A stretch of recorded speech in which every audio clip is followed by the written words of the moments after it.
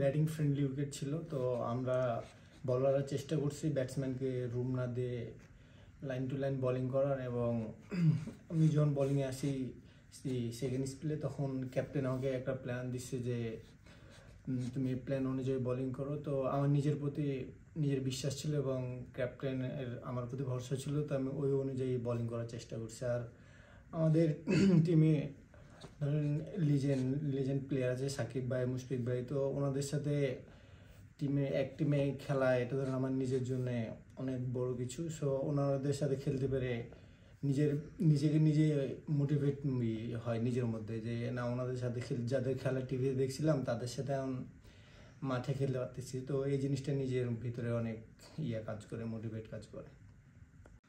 আলহামদুলিল্লাহ, ভাইয়ের সাথে বোলিং করে অনেক ভালো লাগছে। যখন আমি বোলিং করি, শুরুর দিকে বোলিং করি, তখন একটু ব্যাকফুটে ছিলাম। তো ভাই আর শরীফুল ভাই দুজন মিলে আমাকে অনেক কাম ব্যাক করছে এবং বুঝাইছে যে এই লাইনটাতে বোলিং করো কিংবা লাইন ঠিক করে বোলিং করো।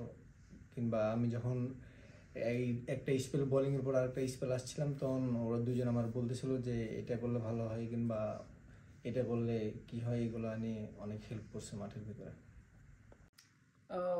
আমি মনে করি যে ইন্টারন্যাশনাল ক্রিকেটের প্রেশারটাই ডিফারেন্ট। তো ওই হিসাবে ওকে যখন আমি দেখছিলাম যে ওর বোলিংয়ের এফোর্টটা, তো আমি মনে করি যে ও খুবই তাড়াতাড়ি অ্যাডাপ্ট করে নিচ্ছে ইন্টারন্যাশনাল ক্রিকেটে। তো যত তাড়াতাড়ি ও অ্যাডাপ্ট করতে পারবে ওর জন্য ভালো। আর আমরা চেষ্টা করতেছি ওকে যত গোছানো যায় ম্যাচের মধ্যে, ওকে সাহস দেওয়া, এনকারেজ করা, সব কিছু মিলিয়ে ও যাতে ভালো একটা ওভারঅল ভালো বোলিং করতে পারে ম্যাচে, ওইটাই চেষ্টা করি, ওকে ব্যাক আপ করি সবসময়। তো ওর জন্য শুভকামনা।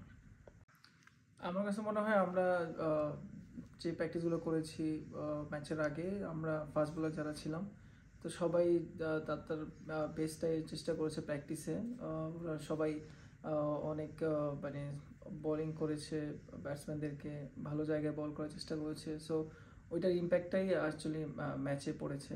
দেখা গেছে যে আমরা দুই পাশ থেকে আমি শরীফুল বোলিং করতেছি, এরপরে রানা আসলো। তো আমাদের একটা জুটি বোলিং ছিল দুজনেরই। তো ওর একটা বিষয় ছিল যে ও ব্যাটসম্যানকে অনেক টাফ টাইম দিয়েছে। সো এইটা একটা ইম্পর্টেন্ট ওর জন্য যে ও আমাদেরকেও হেল্প করছে, অ্যাজ ওয়েল যে টিমের জন্য ওর অনেক ছিল, অবদান ছিল।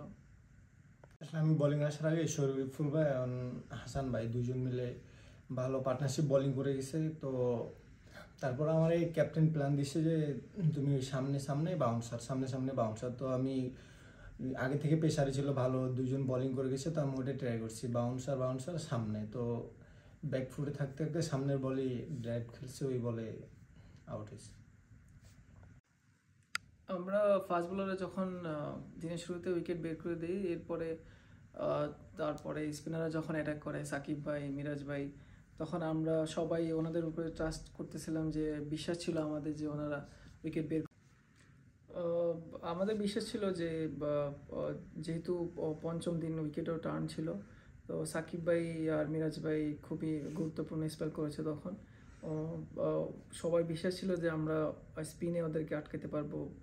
তো ওই হিসাবে ওনারা উইকেটগুলো নিয়েছেন এবং আমরা ওদেরকে অল আউট করতে পারছিলাম সেকেন্ড সেশনে। তো খুবই ভালো একটা মুহূর্ত কাটিয়েছি আমরা মাঠে ওই দিন সবাই। আসলে এই ম্যাচে উইনের টিমের সাথে আমি থাকাটা আমার ধরেন নিজের ভিতরে অনেক ইমোশনালি কাজ করতেছে। যেহেতু আমি ধরেন কোনো ভাবি নাই, কিংবা ছোটতে যখন ক্রিকেট খেলা টিভিতে দেখতাম তখন এমনি এলাকাতেই খেলতাম, কিন্তু কখনো ভাবি না যে ন্যাশনাল টিমে আসবো। তারপর ধরেন ন্যাশনাল টিমে পাকিস্তানের ট্যুরে এসে ধরেন ন্যাশনাল টিমে বাংলাদেশের ঐতিহাসিক একটা জয়ের টিমে সাক্ষী হতে পারবো। তো মানে এটা বলে বোঝানোর মতো না, অনেক অনেক কাজ করে ভিতরে ইমোশন। আমাদের পাশাপাশি শরীফুল খুবই দারুণ বোলিং করেছে টেস্ট ম্যাচে। ও যখন বোলিং করে পিছন থেকে দেখতে খুবই ভালো লাগে, আর ওর উপরে অনেক বিশ্বাস থাকে যে ও আর্লি ব্রেক থ্রু দিতে পারবে।